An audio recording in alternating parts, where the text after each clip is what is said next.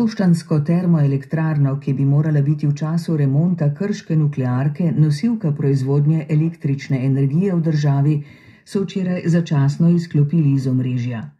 Holding Slovenske elektrarne, katerega del je TEŠ, je namreč ocenil, da lahko trenutno proizvede dovolj elektrike in da je smotrno s premogom varčevati za zimske mesece.